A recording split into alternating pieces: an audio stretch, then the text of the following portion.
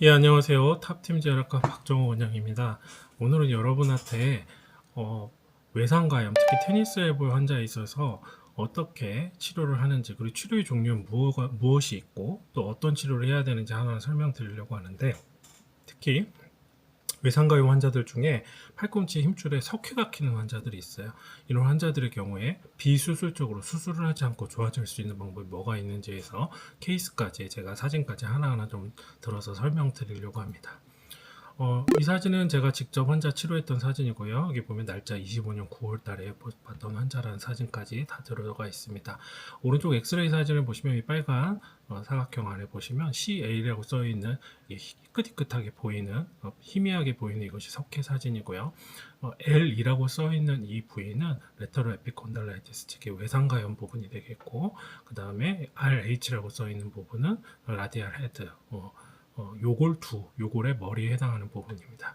지금 보이고 있는 사진을 이런 식으로 돌리게 되면요, 초음파를 옆에 이렇게 대서 보는 거기 때문에 초음파는 이렇게 누워 있는 사진을 보이게 되고요. 이 석회 부분은 초음파상에서 이렇게 점점점점으로 지금 길이는 한 1.12cm 정도 된다고 되어 있는데, 이런 석회가 보이고 있고, 그 외상가요. 상당히 큰 석회인데요. 우리가 어깨에 1cm 이상의 석회만 있어도 굉장히 크다고 하는데, 특히 팔꿈치 힘줄이라는 작은 힘줄에 1.12cm 정도의 석회가 있다는 건 상당히 아픈 그런 상태가 되겠습니다.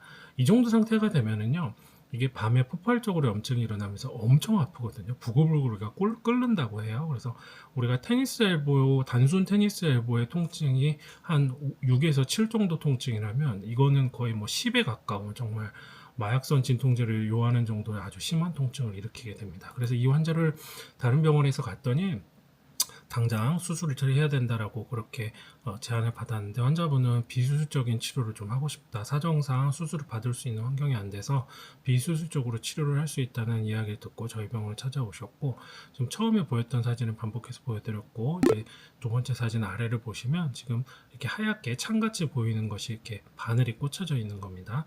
이 바늘이 꽂혀진 상태로 초음파로 보면서 실시간으로 깨뜨리고 물을 넣고 다시 흡인하고 하는 방식을 통해서 이 안에 석회를 첫날에 벌써 90% 이상 제거를 했습니다.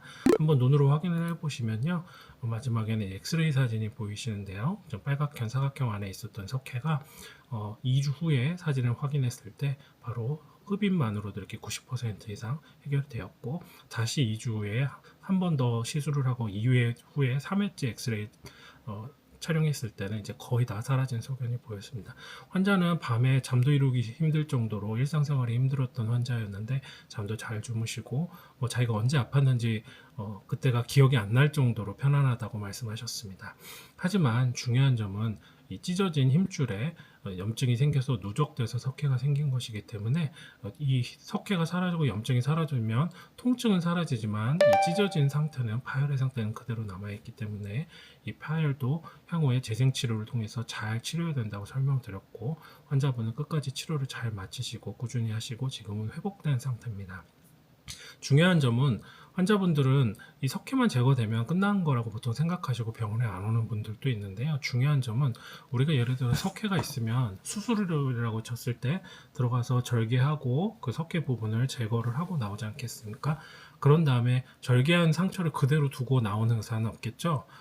마찬가지로 그 절개한 부분을 이렇게 꼬매고 봉합하고 나오겠는 것처럼, 비술적인 치료를 해서 이 안에 석회를 제거를 했다 하더라도 이 안에 남아있는 상처와 힘줄의 그런 파열 부위를 다시 아물게 하는 재생치료를, 마치 봉합하는 형태의 그런 재생치료를 해주지 않으면 이 파열된 부위, 이 불안정한 부위가 그대로 남아있어서 나중에 다시 염증 일으키고 다시 팔꿈치에 통증 일으키게 되기 때문에, 만성적인 이런 힘줄의 불안정함과 파열은 재생치료를 통해서 완전하게 치료를 해야 된다는 점을 다시 한번 강조드리고요.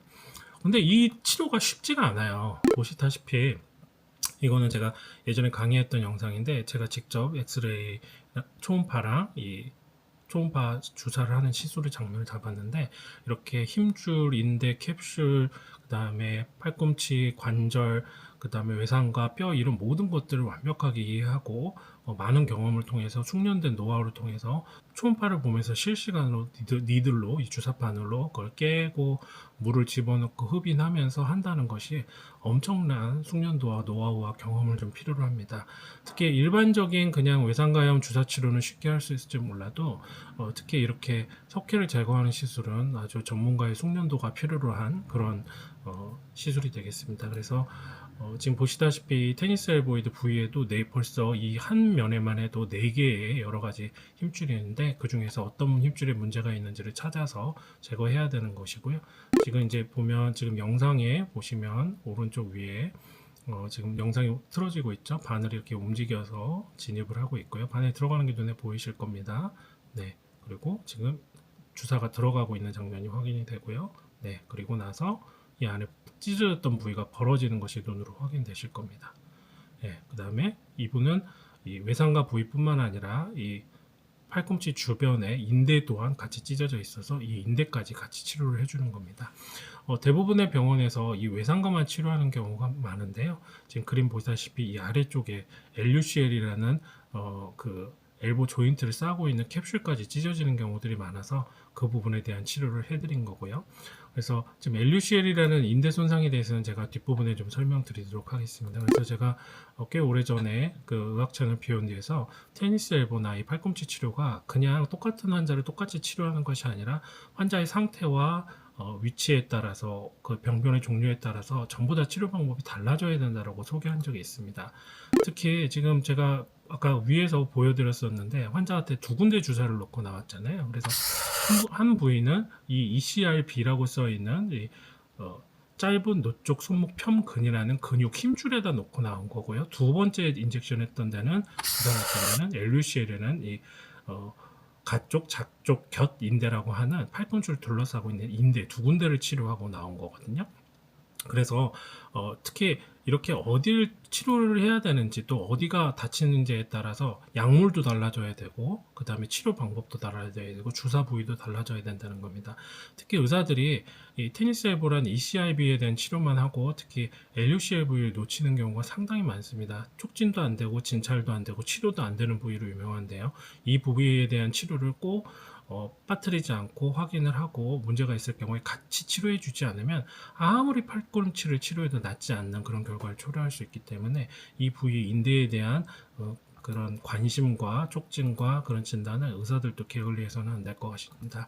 그래서 그 외과적 치료 같은 경우에는 이런 보존적 치료를 6개월 이상 아주 신중하게 했는데도 지속적으로 장애가 있고 통증이 있는 환자들에게 고려하는 것이 맞고요.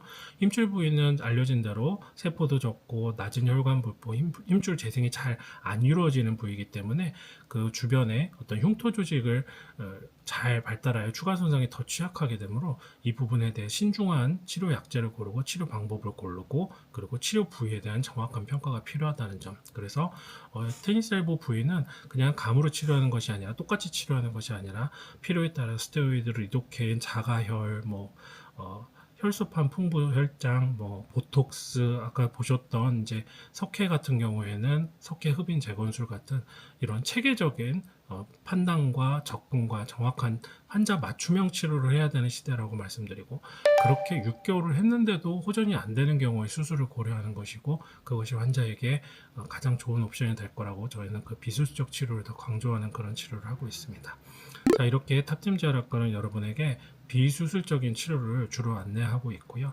특히 재활학과 이 필드에서는 정형외과나 다른 곳에서 수술을 고려하자고 이렇게 제안하는 것도 비수술적인 치료로 많이 낫게 하고 있으니까 혹시 본인이 수술을 제안받거나 수술밖에 방법이 없다고 이야기 들었을 경우에 그것을 너무 단정하지 마시고 또 다른 재활학과 의사들의 의견을 좀 들어보시고 재활학과 의사들을 통해서 수술 없이 회복할 수 있는 그런 귀한 회복의 기회를 다시 한번 발견하기를 다시 한번 추천드립니다. 이때까지 탑팀 재활학과 박정호 원장이었습니다. 감사합니다.